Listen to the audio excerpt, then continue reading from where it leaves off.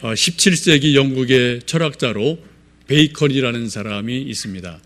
물론 17세기까지이지만 그때까지 인류가 발견하고 만들어내는 많은 것들이 있는데 이 베이컨은 그것을 세 가지가 중요하다고 이야기합니다. 첫째는 총포고요. 또 나침판. 또 세 번째가 인쇄술이라고 이야기를 합니다. 1997년경에 이제 2000년이 소위 밀레니엄, 그래서 많은 기대가 있지 않았습니까? 이 밀레니엄을 앞에 두고 2000년에서 1000년 전, 1000년과 2000년 사이에 우리 인류 역사에 수많은 일들이 있었는데 이 수많은 일들 가운데, 사건들 가운데 정말 중요한 것이 무엇인가를 한번 연구한 적이 있습니다. 세계의 많은 유명한 석학들에게 자문을 받아서 1000년에서 2000년 사이에 우리 인류에게 가장 중요한 발견, 발명이 있다면 무엇일까라는 것을 연구한 적이 있어요. 여러분 생각에 1000년에서 2000년 사이에 우리 인류에게 정말 중요한 요긴한 그런 발견이 있다면 무엇이라고 생각을 하십니까? 이 잡지에서 연구한 바로는 인쇄술이라고 답이 나왔습니다. 독일에 있는 구텐베르그의 인쇄술이라고 답을 냈습니다. 아마 여러분 언뜻 이해가 잘 안 되실 것 같아요. 동의하기 힘드실지 모르겠습니다. 인쇄술하면 우리가 훨씬 더 앞서지 않습니까? 소위 직지라는 것이 있어서 이 구텐베르그보다 훨씬 몇백 년 앞서는 그러한 일이기도 하거든요. 물론 동양과 서양에 좀 시차가 있고 차이가 있습니다만 어쨌든 많은 사람들이 인쇄술을 1위로 꼽기도 했습니다. 그 이유가 여러 가지 있는데 이런 것들이에요. 당시에는 전부 다 이제 손으로 글씨를 써서 필사를 해서 책을 만들든지 뭐를 하는 시대였죠. 아무리 유능한 그런 사람이라도 하루에 손으로 글을 쓸 수 있는 것이 수십 페이지에 불과했다고 합니다. 근데 구텐베르그의 인쇄기가 등장을 하면서 하루에 3600페이지가 이게 인쇄가 되는 그런 놀라운 일들이 일어나게 됩니다. 소위 대량 인쇄가 가능하게 된 겁니다. 이런 대량 인쇄가 가능해지면서 소위 책이 가능해지게 되게 됩니다.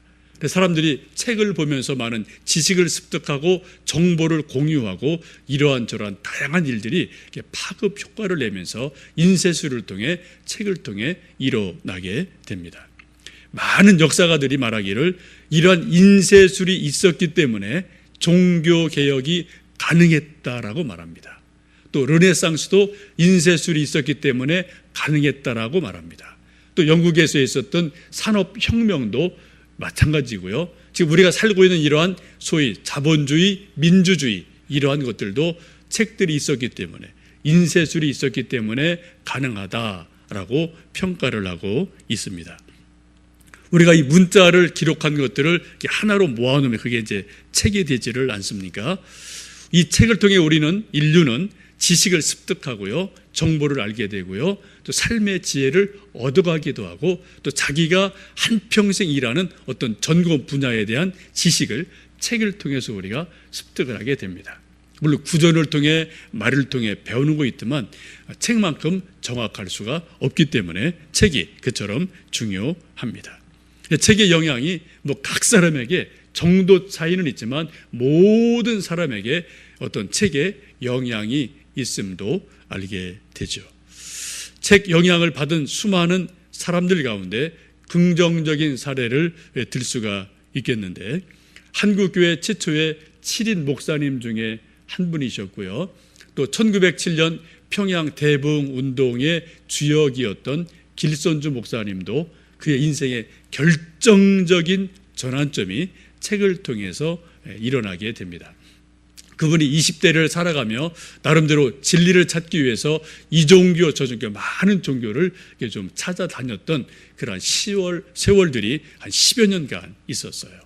도교에 심취하기도 하고 또 관우를 섬기는 간음교회에도 심취하기도 하고 많은 그런 방황이 있었는데 선교사들을 만나면서 조금씩 기독교에 대해서 이해를 알게 됩니다. 그런데 마음이 이렇게 확 열리지 않거든요. 갈등하고 고민할 때 친구를 통해서 책 한 권을 전해받습니다. 그리고 그 책 한 권을 통해서 그에게 결정적인 전환점이 일어나게 됩니다. 그 책이 바로 존 버년이 쓴 철로 역정이라는 책입니다. 그 책을 읽으면서 인생의 의미를 깨닫게 되고 신앙의 의미를 알게 되고 이 땅과 천국이 있음을 분명히 알게 되면서 그의 마음이 열리게 되고 드디어 기독교로 돌아서는 결정적인 계기가 책 한 권을 통해서 일어나게 됩니다. 이걸 달리 말씀드리면 만약에 이 길선주 목사님이 철로 역정이라는 책을 읽지 않았다면 길선주라는 위대한 목사님이 될 수가 없을 수 있습니다. 또 길선주 목사님이라는 분이 그때 그 자리에 계시지 않았더라면 우리 한국교회가 이처럼 부흥하고 크게 성장하기 어려웠을 것이라고 볼 수가 있습니다. 물론 하나님은 길 목사님이 아니어도 다른 분을 통해서도 얼마든지 일하시고 역사하실 수 있어요. 그러나 길선주 목사님이 될 수 있는 결정적인 것은 철로 역정이라는 책 한 권을 통해서 그가 기독교를 알게 되고 하나님을 알게 되고 마음을 열고 생각이 바뀌면서 그런 위대한 인물로 탄생을 하게 됩니다. 이처럼 책 한 권이 한 인생을 송두리째 바꾸는 그런 일들이 얼마든지 가능한 것을 보게 됩니다. 반대로 또 책을 두려워한 사람들이 있고요. 또 책을 멀리한 그런 사람들도 많이 있습니다. 여러분 잘 아는 중국의 이제 최초의 황제가 진시황이지 않습니까? 시황, 최초의 중국을 전체를 통일하고 스스로 황제가 된 그런 대단한 인물이기도 합니다. 그 진시황에 대한 평가는 여러 가지 있습니다만 여러분 여행해 보신 분들 아시겠지만 아직도 진시황 왕릉이 다 발굴이 되지 않아서 얼마나 많은 보물이 또 자료들이 그 안에 또 묻혀 있는지 아직도 모르는 일들이 많이 있다고 하지요. 어쨌든 그 대단한 진시황도 책을 두려워하고 무서워했던 일이 있음을 여러분 아실 겁니다. 중국을 통일하고 뭔가 정책을 만들고 정치를 펴 나가야 되는데 자기에게 올곧은 소리라고 쓴소리하는 사람들이 거치장스러우니까 그런 사람들 다 제거해버리고 또 그런 사람들이 썼던 책들을 다 모아서 불태워버리는 그러한 일을 하게 됩니다. 여러분 아시는 것처럼 소위 분서갱유라는 그러한 시대의 사건을 만들게 됩니다. 그래서 자기에게 쓴소리하는 그런 책을 다 태워버리는 그러한 일들이 일어나게 되죠. 그 이후로 동양이든 서양이든 매 시대마다 있었습니다만 소위 금서라는 책이 나와서 그 시대에 영향을 주는 것들을 어떤 정부나 집권자들이 막으면서 책이 출판되지 못하게 하기도 하고 혹은 판매되지 못하게 책을 막는 그러한 일들이 시대마다 있어 왔고요. 아직도 지금도 우리 성경이 북한에서나 이슬람권에서는 정말 금서가 돼서 이 성경이 마음대로 읽히지 못하는 그러한 시대가 있음도 지금 21세기 지금도 이 지구상에 이러한 일들이 많이 있음을 우리가 보기도 합니다. 책 이름 중에 책은 도끼다 그런 책이 있어요. 박원웅이라는 카피라이터가 쓴 책인데요. 좀 책 이름이 되게 독특하죠. 거칠죠. 책은 도끼다 그런 제목을 가지고 있습니다. 그 책에서 하고 싶은 말이 그런 거죠. 책이란 게 뭐냐? 우리 사람에게 지식을 주고 정보를 주고 우리 사람을 이렇게 위로해 주는 그러한 역할도 있지만 정말 책이 되려면은 도끼같이 날카로운 것이 있어야 된다. 도끼로 한 대 머리를 딱 맞으면 어떻게 되겠습니까? 정신이 번쩍 나겠죠. 생각이 바뀌기도 하고요. 뭔가 새로운 가치관이 생기기도 하고 뭔가 새로운 일이 책을 통해서 마치 도끼를 한 대 얻어맞은 것처럼 그런 어떤 충격, 어떤 생각의 달라짐, 각성 이런 것들이 책을 통해서 일어날 수 있다. 그렇게 주장하는 그러한 책이기도 합니다. 여러분 도끼가 기본적으로 쓰이는 일이 뭐예요? 장작 패는 겁니다. 그죠? 나무를 놓고 도끼를 내리치면은 그 굵은 통나무가 쫙 갈라지지 않습니까? 마찬가지로 우리가 좋은 책을 읽으면 우리 생각이 쫙 갈라져요. 각성이 일어납니다. 전혀 다른 새로운 세계가 보입니다. 새로운 세계가 열리게 되고 우리 눈이 열리고요. 인생이 바뀌어지는 그런 일들이 얼마든지 책을 통해서 가능합니다. 아마 여러분들께서도 여러분 지금 쭉 읽으셨던 책 중에 어떤 특별한 책이 여러분의 가치관을 바꿔놓든지 생각을 바꿔놓든지 삶의 자세를 바꿔놓는 그러한 책들이 여러분에게 나름대로 있으셨으리라고 생각을 합니다. 근데 책은 돕기다는 말은 이분이 만들어낸 말이 아니고 사실은요, 이 말은 카프카가 한 말입니다. 이렇게 카프카가 말합니다. 책이란 우리 마음속에 얼어붙은 바다를 깨는 도끼로 쓰여지는 것이다 라고 말합니다. 그것을 인용해 자기 나름대로 그런 이제 의미를 부여하게 돼요. 책이 뭐라고요? 우리 얼어붙은 마음을 깨뜨리는 것이다. 우리 얼어붙은 생각을 깨뜨리는 것이다. 뭔가 각성시키는 거다. 뭔가 새로운 세계를 열어주는 것이다 라고 이야기를 하고 있습니다. 그렇습니다.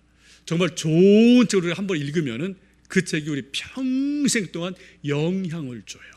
그래서 책 한 권 때문에 평생 삶이 바뀌고 가치관이 바뀌고 인생이 바뀌고 운명이 바뀐 그러한 사람들을 우리가 주변에서 종종 볼 수가 있습니다.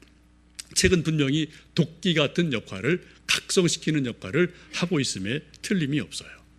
그런데 책 중에 책인 성경은 도끼 정도가 아닙니다. 더 강력한 영향을 우리 인생들에게 준다고 성경은 말씀합니다.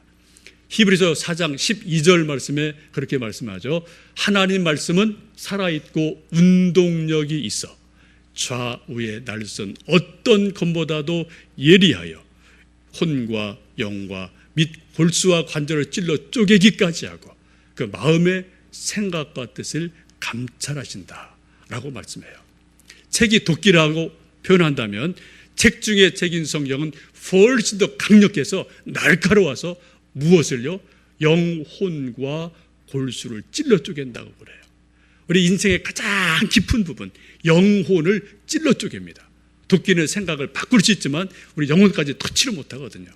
그런데 책 중에 책 성경은 우리 인간의 가장 내밀한 부분 양심을 터치합니다. 우리 영혼을 터치합니다. 영적인 각성을 일으키게 하는 것이 바로 성경 말씀이기도 합니다. 그래서 성경 말씀을 잘 읽고 잘 듣기만 하면은 성경 말씀을 통해 우리 인생 전체가 뒤집어져요. 그게 뭡니까? 회심이에요. 거듭나는 일들이 성경을 통해서 일어납니다. 성경 이외에는 인간이 근본적으로 뒤집어지는 일, 회심이 불가능합니다. 오직 성경 말씀을 통해서만 우리 인간 속이 전부 다 새로워지는, 거듭나는 그러한 일들이 일어나게 됩니다. 그리고 때로는 우리의 눈을 바꾸고 생각을 바꾸고 가치관을 바꾸고 또 천국과 지옥이 있음을 분명하게 알게 하는 그런 놀라운 일들이 이 성경을 통해서 일어나게 됩니다. 우리가 책 한 권을 제대로 읽어도 대단한 영향력이 있는 것처럼 하나님 말씀인 성경을 정말 성경으로 제대로 읽는다면 우리에게는 놀라운 일이 일어날 수밖에 없습니다. 늘 저를 포함해서 하는 말씀이지만 우리가 좀 이처럼 일상적으로 무덤덤하게 사는 이유가 무엇입니까? 성경을 읽으면서 믿으면서 아마 둘 중에 하나일 겁니다. 그러니까 성경 말씀을 하나님의 말씀으로 온전하게 받지 못했든지 아니면 하나님의 말씀이 무디어졌든지 둘 중에 하나일 거예요. 우리가 성경 말씀을 하나님 말씀으로 온전히 받기만 한다면 우리 속에 하나님의 능력이 일어나고 하나님의 일들이 일어날 줄로 분명히 믿습니다. 성경을 제대로 읽어서 아주 귀하게 인상이 바뀐 사람들이 이 주변에 너무나 많이 있는데요. 오늘은 특별히 우리 2000년 기독교 역사상 성경책을 읽으면서 그 인생이 180도 바뀌어지고 인류 역사에 위대한 영향을 미쳤던 한 분을 소개하고 싶습니다. 곧 그분은 위대한 신학자이기도 하고 영성가이기도 한 성 어거스틴이라는 그런 분입니다. 성 어거스틴 하면 우리가 저 직접 본 적이 없기 때문에 감이 좀 잘 여러분 잡히지 않을 거예요. 이름은 좀 들어보셨지만 비유하면 이런 겁니다. 우리가 살고 있는 이 지구상의 우리나라에도 수많은 산들이 있어요. 뒷동산이 있고 또 광교산이 있고 북한산이 있고 또 한라산이 있고 백두산이 있고 수많은 산들이 있는데 그 산들을 비유한다면 이 지구에서 가장 가장 높은 산 어디죠? 히말라야 에베레스트죠. 그죠? 마치 그 정도의 높은 산으로 평가할 수 있는 분이에요. 그렇게 우람한 분, 그렇게 높은 분, 그분이 바로 어거스틴입니다. 여러분, 산을 좋아하는 분들은 한 번쯤은 내가 한번 히말라야를 정복하리라 그런 생각을 때때로 갖고 계실 줄 압니다. 처음에는 운동 삼아서 뒷동산에 올라가셨다가 조금 힘이 생기고 꿈이 커지면은 이제 좀 지리산을 정복하고요, 한라산을 정복하고요, 백두산을 정복하고요, 조금 더 꿈이 커지고 힘이 생기면은 해외에 나가서 알프스를 등정하고 여기저기를 등정을 하게 됩니다.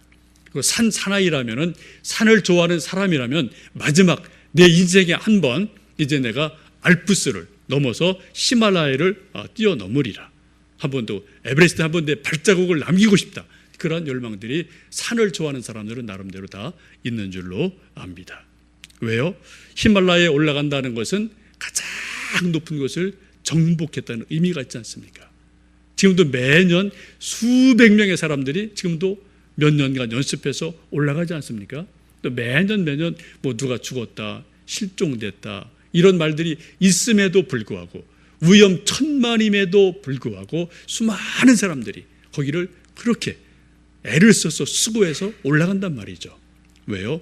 이 지구상에 있는 가장 높은 그곳이기 때문에 한번 그것을 밟아보는 것이 의미가 있기 때문에 수많은 사람들이 열정을 가지고 도전하고 있음을 보게 됩니다. 이제 조금 말을 바꾸어서요, 산이 아니라 우리 신앙세계로 산을 비유한다면 우리 같은 사람들은 그냥 조그마한 이런 봉우리에 불과할 거예요. 조그마한 뭐 뒷동산에 불과할 겁니다. 그것도 대단한 거죠.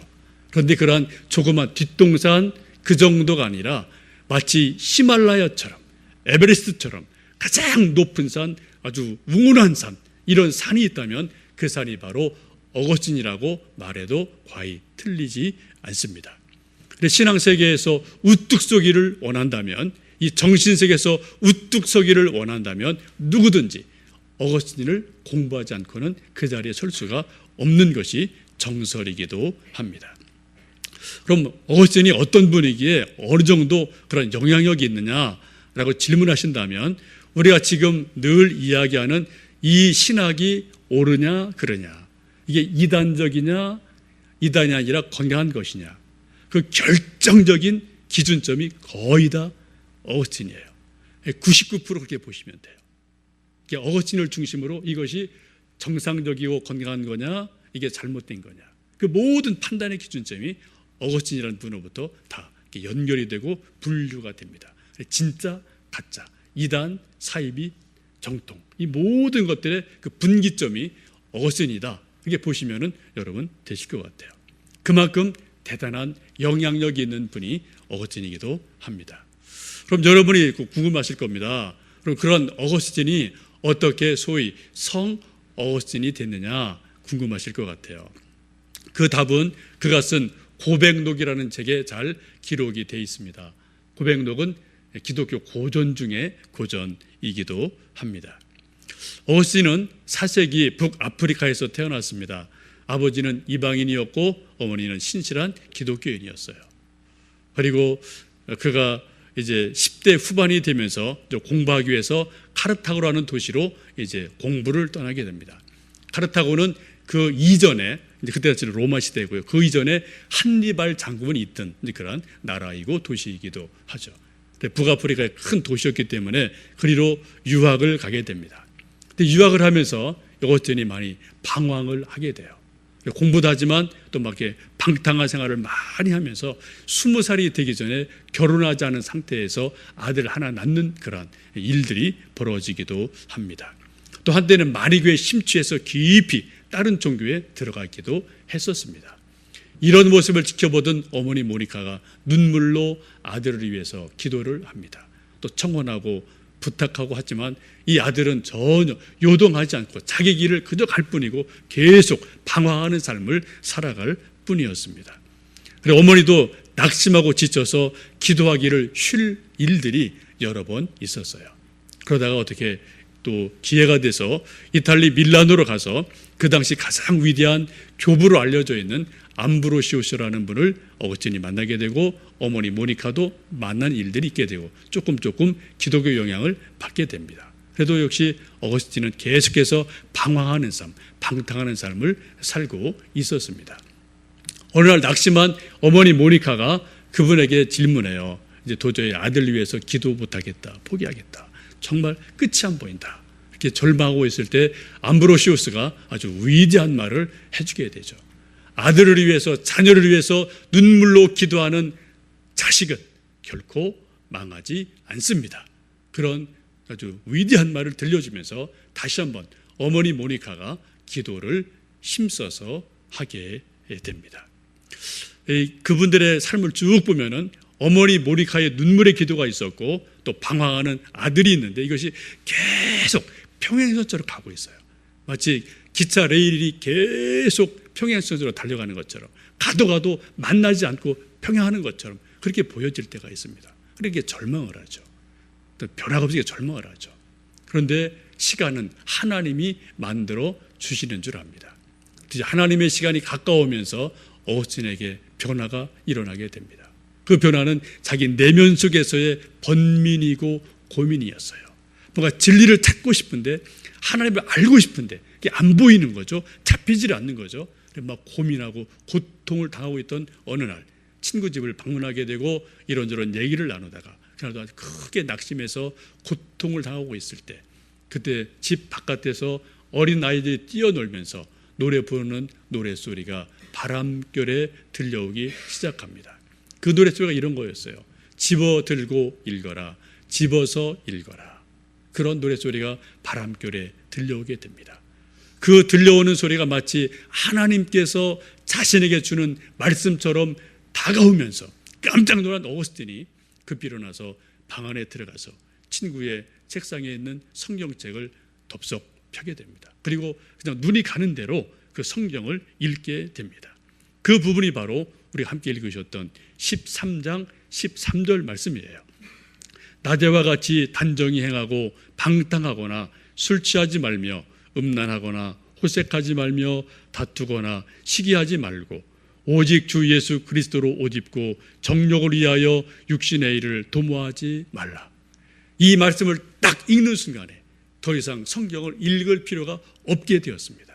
지금 자신의 영혼이 가장 갈급해하던 그 말씀, 하나님 말씀이 이 하나님 말씀에 정확하게 읽혀지면서 그의 영혼에 놀라운 충격이 임하게 되고 하나님의 임재를 경험을 하게 됩니다.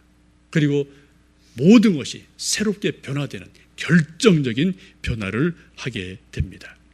그때 어거스틴이 그렇게 말을 합니다. 믿음의 빛이 나의 마음에 충만하고 모든 의심의 어둠이 사라져 버리고 말았습니다. 그 말씀을 읽는 순간에 그 순간에 자신 속에 있던 깊은 어둠이 다 물러가게 되고 하나님의 빛이 임했다라고 고백을 해요.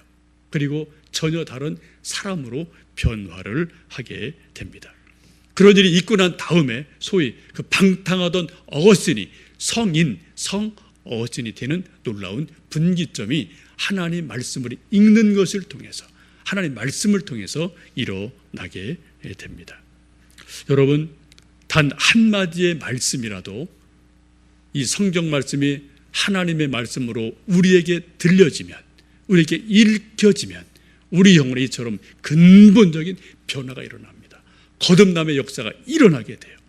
뭔가 새로워진 역사가 일어나게 돼요. 왜요? 좋은 책 한 권도 사람의 생각을 바꿉니다. 가치관을 바꿉니다. 삶의 태도를 바꿉니다. 하물며 책 중에 책인 성경 말씀, 하나님 말씀이 우리에게 다가올 때 얼마나 큰 능력을 우리에게 주겠습니까? 바로 이것이 독서의 능력이고 책의 능력이고 책 중에 책인 성경의 능력이기도 한 것입니다. 책은 참으로 위대하다고 생각합니다. 책 한 권이 잘만 읽혀지면 한 사람의 생각을 바꾸어요. 인생을 바꿉니다. 운명을 바꿉니다. 그런데 책 중에 책인 성경은 더욱더 위대합니다. 그래서 우리 인생을 거듭나게 하시고 이 땅만 알고 있던 인생들에게 천국이 있음을 분명하게 알게 하시고 믿게 하시고 소망하게 하시고 천국 위에 살게 만들어 주시거든요. 이것이 바로 책 중에 책인 성경이 읽혀질 때, 책 중에 책인 성경이 우리에게 다가올 때 그런 놀라운 일들이 책을 통하여, 한 책을 통하여 우리에게 일어남을 보게 됩니다. 오늘 오후 2시에 이제 우리 아동 작가이신 고정욱 선생님을 초청을 해서 저희들 함께 이야기 듣는 시간을 이제 가지려고 합니다. 특강 제목이 더불어 사는 세상을 위하여라는 거고, 또 다음 주 오후 2시에 역시 세계 최고의 학벌 그러한 또 특강을 들으려고 하는데요. 제가 이분을 직접 만나 뵙지는 못했습니다. 오후에 이제 오시면 만나 뵐 터인데, 근데 책을 통해서는 몇 년 전에 만나봤어요. 제 막내 딸이 초등학교 다닐 때, 그때 초등학교에 이렇게 숙제가 많지 않습니까? 그때 이렇게 책 이제 학교에서 이거 읽어라, 독후감 써와라, 이제 이런 것들이 있잖아요. 그때 몇 권 이게 가끔 힘들면은 엄마 아빠한테 읽어줘, 그런 게 있는데 제가 몇 권 읽어준 것이 있거든요. 읽다 보니까 고정욱이라는 이름이 이렇게 반복이 되더라고요. 여러 책에서. 그래서 이런 분도 있구나. 책이 좀 괜찮았어요. 그래서 이런 또 훌륭한 작가가 있구나 좀 알고 있었는데, 우리 전도사님들이 어떻게 이제 연결이 돼서 이렇게 다 그분이 또 동의해 주셔서 오늘 저에게 오셔서 귀한 특강을 해 주시게 됩니다. 여러분, 책 한 권을 잘 읽는 거 아주 중요해요. 그러나 책을 쓰는 작가를 만나서 이야기를 듣는 것은 책을 10권 읽는 것보다도 더 소중한 의미가 있습니다. 무슨 의미요? 라이브가 있는 거예요. 라이브. 살아있는 거예요. 물론 책도 살아있지만 이건 문자고 글씨거든요. 그런데 책을 쓴 저자를 만나면 라이브가 됩니다. 그래서 훨씬 더 생생한 감이 있고 생동감이 있고 현장감이 있음에 틀림이 없습니다. 여러분, 오늘도 시간이 되시면 오후 2시에 함께 자리하셔서, 물론 아동작가 있지만 어른이나 아이나 다 인생의 본질은 다 똑같아요. 그렇죠? 다 똑같은 거예요. 한번 우리가 이야기를 들으면서 책의 의미를, 인생의 의미를 함께 또 이야기 나누고, 우리 또 아들, 딸, 손주, 손녀들이 책을 사랑하고 책을 통해서 그들의 인생이 바뀌어지는 놀라운 계기가 될 수 있도록 여러분 기도해 주시고 함께 또 권면해 주시고 동참해 주시면 좋겠습니다. 함께 기도하시겠습니다.